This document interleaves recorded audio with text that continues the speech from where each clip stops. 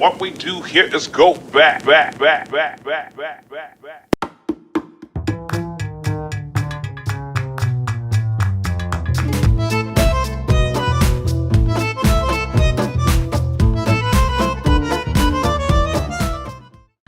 up guys? It's been a while! It's Alaine! Yo! So nakikita nyo ngayon, ako lang mag-isa kasi gusto ko lang. Char. Kasi gagawa po tayo ng video ngayon na ako naman ang bida. Kasi nung nakaraan, si Bien lang mag-isa sa vlog, diba? So, hindi ako magpapasalo. So, for today's video, ang gagawin po natin is, I'm going to bake. Pero hindi po tayo gagamit ng oven, so no bake. Ano ba tawag kapag hindi, walang oven? Pang-bake talaga siya, pero wala kami pang-bake, so no bake. So, Cooking, no baking. bake cooking. This one is no bake cook slash, is it cooking? Cooking Revel bar. Revel bar or Chantilly bar. So, let's go! Actually, this is not my specialty. It's Bien. Si Bien talaga ang unang gumawa nito. Nainggit siya sa aking brownies. So, gumawa siya ng sarili niya. Nag-search siya sa YouTube. So, nung natikman ko siya, okay naman. Swak lang sa panglasa ko, hindi masyadong masarap. Ako, kapal ng mukha. So, gagawin ko, tatapatan ko ang kanyang Revel bar. Gumawa siya ng sarili niyang Revel bar. So, natikman ko yun. Parang nasarapan ako ng slight lang yun. Kaya, naisip ko, gagawa din ako ng sarili kong version. So, ngayon, gagawa ko ng Revel bar. Paulit-ulit na ako dito. Bilisan na natin.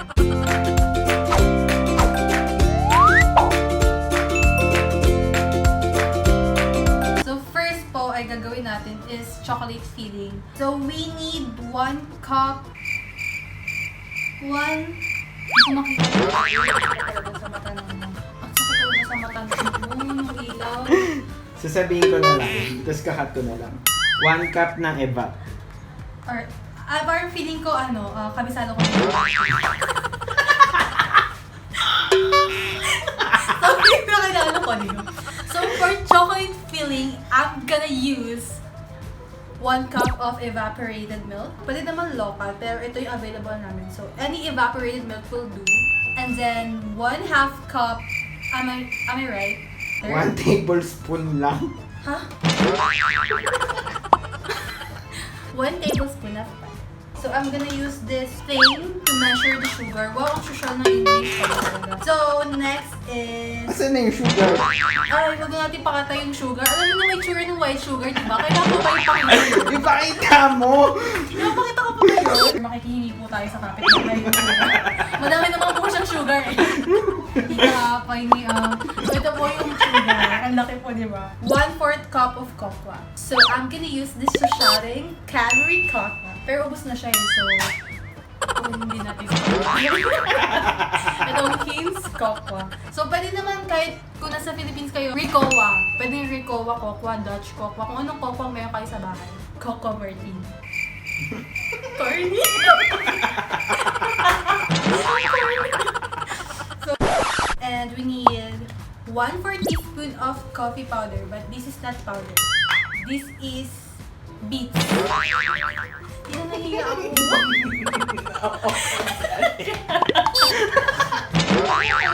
May viewer po tayo. Nakakahiya. No, awkward si Alaine. And we will use 1/4 cup of cornstarch. Yung cornstarch. Ano to? Baking soda yan. Baking soda. Mukha namang cornstarch. How are you? This is baking soda, pero mukha namang cornstarch. Kaya, representative. Kasi hindi nyo makikita ang cornstarch. Pero nasa coffee maker. Pero naman po dito talaga, cornstarch. And 1 pinch of salt. So, we will put 1 cup of evap. So, next, I will put 1/2 cup of white sugar na kapitbahay. Wala po kaming sugar. Mabait naman po yung kapitbahay na. Wala kaming sugar pero brown sugar. So, 1/2 cup, we will put it here. So, 1/4 cup of cocoa. This one, I will use 1/4. I will put it here. Pero mas maganda if isi-strain nyo para hindi na buo-buo. So, 1/4 teaspoon. Tansyahin na lang po natin kasi ayoko na kumuha sa tabal na.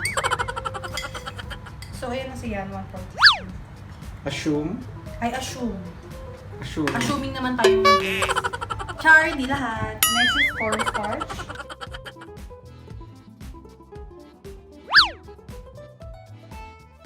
So, pinch of salt. Okay na ba yun? Yeah. Now, we were going to mix this one here. Hindi na po namin siya sinala kasi namamadali na. And I have work tomorrow.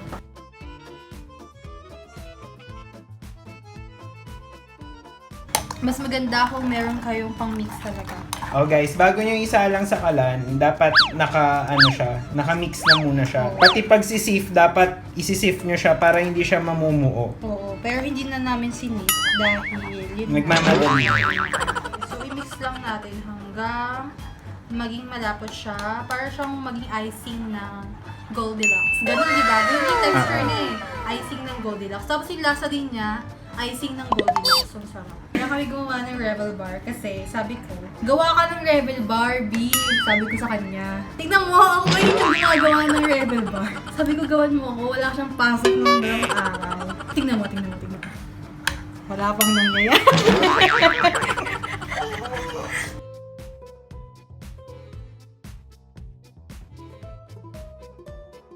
So usually, naglalagyan ko ng butter kapag stick na siya. 1 tablespoon. Tansya-tansya na lang tayo. I think this is 1 tablespoon, right? 1 tablespoon. So finally, after 100 years, this is the consistency that we like. So, ayan. So, nakita niyo, diba? May buo-buo pa kasi hindi ko natin sila. So, now, we're going to do the cookie. Ano? Ay, pinaka-alas We're going to do, We're going to do the cookie. Paano? Cookie ko! Yes, ang gano'n, ano? Yes, no! Hindi, kaya si ano, yes, I do that cookie. Yes, I'll do the cookie. Yes. So we're going to do the cookie. Here's my recipe. So yung Oatmeal bar. Oh yeah, I will do now the English. I will. Kaya mo ka na mag-English kasi. So ang gagawin ko ngayon is gagawa na tayo ng oatmeal bar.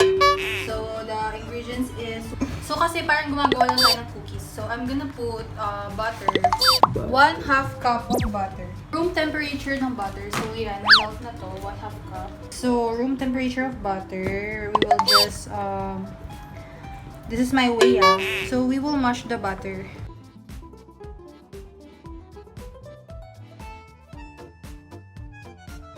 So next step is we'll put 1 cup of brown sugar.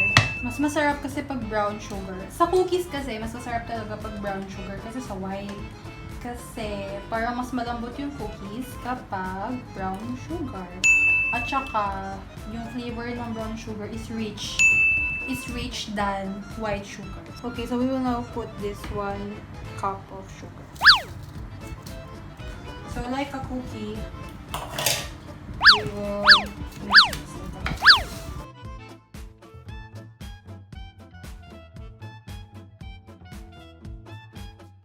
It's time to add the egg. Pag na-mix nyo na ng mabuti yung butter, tsaka yung Wala nang energy. So I already cracked the egg, but not your egg. Hey! So one egg only. Ooh, slime. And then before I mix, I will put now 1 teaspoon of vanilla.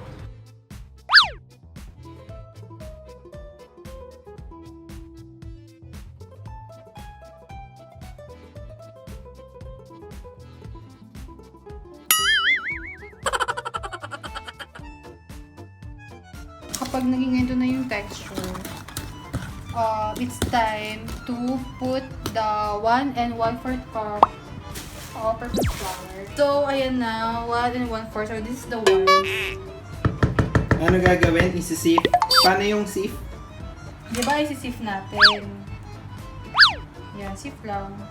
Tamad ka, ganyan mo na lang. Katamad eh. So, ayan na. So, ito yung ginawa tayo baking powder. So, the baking powder is 2 teaspoons of baking powder. Kasi, 1 tablespoon. Baking soda, 1 spoon.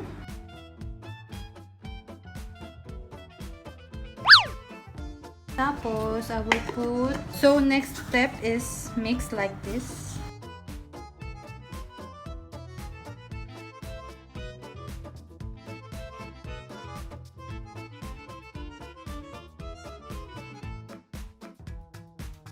So, na-mix na natin, as you can see, na-mix na po natin yung butter mixture ng cookie mixture. Kasi cookie mixture lang talaga siya. Tapos, lalagyan natin siya ng oatmeal. This is the last step. Maglagay tayo ng 1 and 1/2 cup na oatmeal.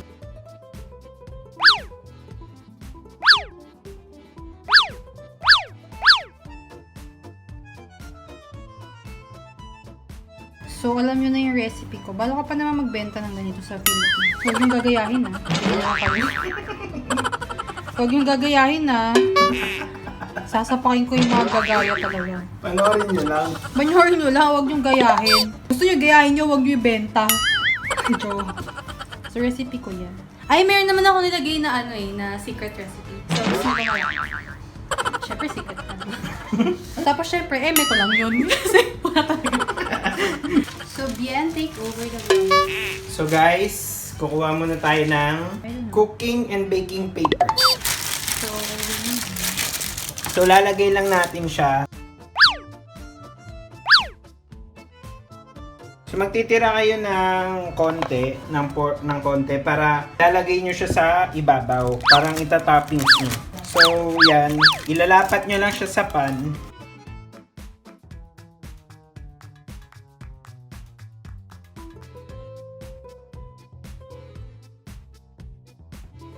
Nakagawa na ako ng aglio olio shrimp pasta. So, pag hindi nyo pa siya napapanood, panoorin nyo. Yes. Kasi, try nyo na din yung recipe kasi for sure masarap yun. Panoorin nyo na siya, hindi nyo pa napapanood. Lalagay na natin tong chocolate mixture naman. So, lalagay lang. So, hindi po yung pinipig Lalagay lang siya sa ibabaw.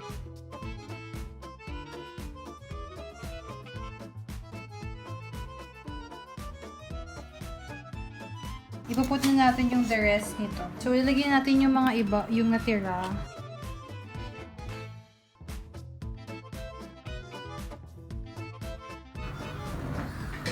So, preheat natin yung steam.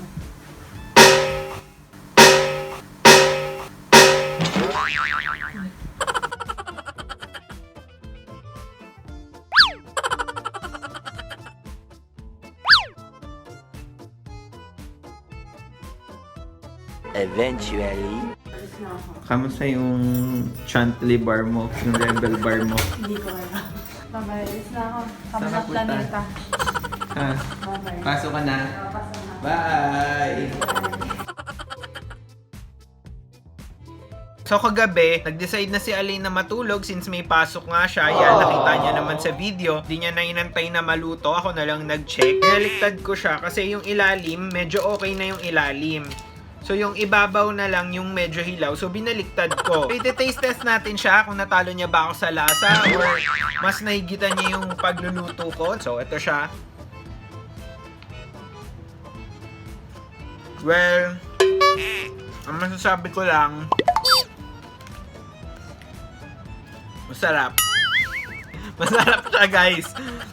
Yung akin kasi sobrang tamis. Yung kanya, hindi siya ganun katamis. Pero masarap siya. Pero same lang naman ng measurement. So, i-rate natin yung Revel bar ni Alaine. So, overall, 9.5. Kasi walang perfect. So, yung akin, 9.9. Yan na nga, guys. Ito na tatapusin yung vlog ni Alaine. Guys, don't forget to like, share, and subscribe to our YouTube channel and sa mga videos namin. And comment down below kung ano pa yung mga gusto nyong lutuin namin or i-bake namin. And kung ano pa yung mga gusto nyong gawin namin na mga challenges, mga nauuso na challenges ngayon. So maraming salamat sa inyo, guys. So bye!